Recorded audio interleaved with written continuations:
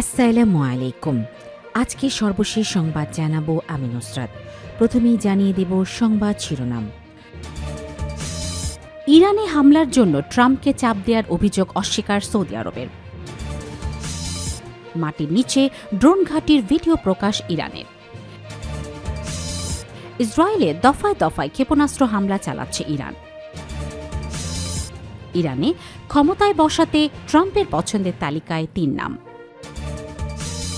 সর্বশেষ জানাবো সাইপ্রাসে যুক্তরাজ্যের ঘাঁটিতে ড্রোন হামলা ইরানের, অপ্রয়োজনীয় কর্মীদের সরিয়ে নেওয়ার সিদ্ধান্ত। শিরোনাম শুনলেন, এবারে বিস্তারিত। ইরানে হামলার জন্য ট্রাম্পকে চাপ দেওয়ার অভিযোগ অস্বীকার সৌদি আরবের। যুক্তরাষ্ট্রের প্রেসিডেন্ট ডোনাল্ড ট্রাম্পকে ইরানে হামলার জন্য সৌদি আরব গোপনে চাপ দিচ্ছিল এমন দাবি করে প্রকাশিত ওয়াশিংটন পোস্টের এক প্রতিবেদন সরাসরি নাকচ করেছে ওয়াশিংটনে নিযুক্ত সৌদি দূতাবাস।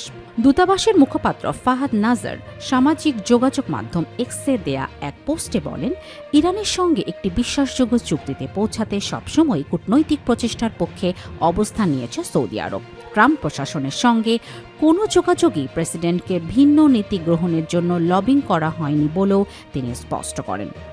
তিনি আরও জানান, উপসাগরীয় অঞ্চলের সামরিক সংঘাত এড়াতে যেসব দেশ কাজ করছে সৌদি আরব তাদের অন্যতম এবং সম্ভাব্য কোনো যুদ্ধে অংশ না নেওয়ার অবস্থান আগেই প্রকাশ করেছে রিয়াদ। মাটির নিচে ড্রোন ঘাঁটির ভিডিও প্রকাশ ইরানের। ইরানের রাষ্ট্রীয় সংবাদ সংস্থা ফার্স নিউজ এজেন্সি একটি নতুন ভিডিও প্রকাশ করেছে। সেখানে তেহরানের গভীরে নির্মিত ভূগর্ভস্থ সুড়ঙ্গগুলোতে হাজারো ড্রোন সারিবদ্ধভাবে সাজানো অবস্থায় দেখা গেছে।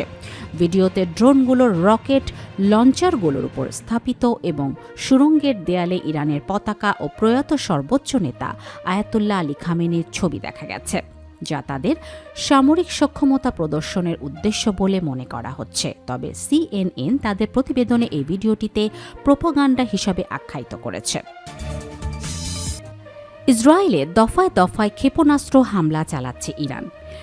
ইরান ও ইসরায়েলের মধ্যেকার সংঘাত এক চরম ও বিপজ্জনক মোড় নিয়েছে। ইসরায়েলি সামরিক বাহিনীর বরাত দিয়ে আল জাজিরা জানিয়েছে, ইরান থেকে নতুন করে ঝাঁকে ঝাঁকে মিসাইল ইসরায়েলের দিকে ধাবিত হচ্ছে এবং দেশটির আকাশ প্রতিরক্ষা ব্যবস্থা সেগুলো প্রতিহত করতে কাজ করছে।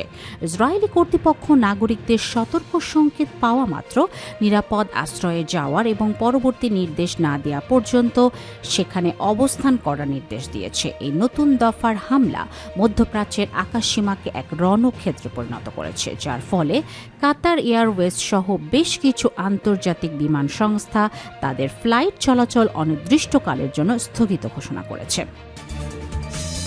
ইরানে ক্ষমতায় বসাতে ট্রাম্পের পছন্দের তালিকায় ৩ নাম।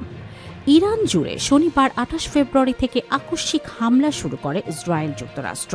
দেশ দুইটির যৌথ হামলায় ইতোমধ্যে ইরানের সর্বোচ্চ নেতা আয়াতুল্লাহ আলী খামেনি সহ বহু শীর্ষ কর্মকর্তা ও কমান্ডার নিহত হয়েছেন। এমন প্রেক্ষাপটে ইরানের নেতৃত্ব কার্যত শূন্যতা দেখা দিয়েছে।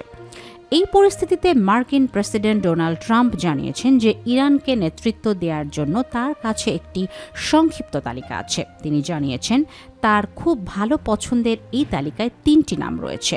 রোববার ১ মার্চ ট্রাম্প এসব মন্তব্য করেছেন। নিউ ইয়র্ক টাইমসকে ট্রাম্প বলেন, ইরানের নেতৃত্ব দিতে পারেন কে সেই ব্যাপারে আমার ৩টা খুব ভালো পছন্দের নাম আছে, তবে এখনই ট্রাম্প এসব নাম প্রকাশ করেননি। সাইপ্রাসে যুক্তরাজ্যের ঘাঁটিতে ড্রোন হামলা ইরানের, অপ্রয়োজনীয় কর্মীদের সরিয়ে নেওয়ার সিদ্ধান্ত।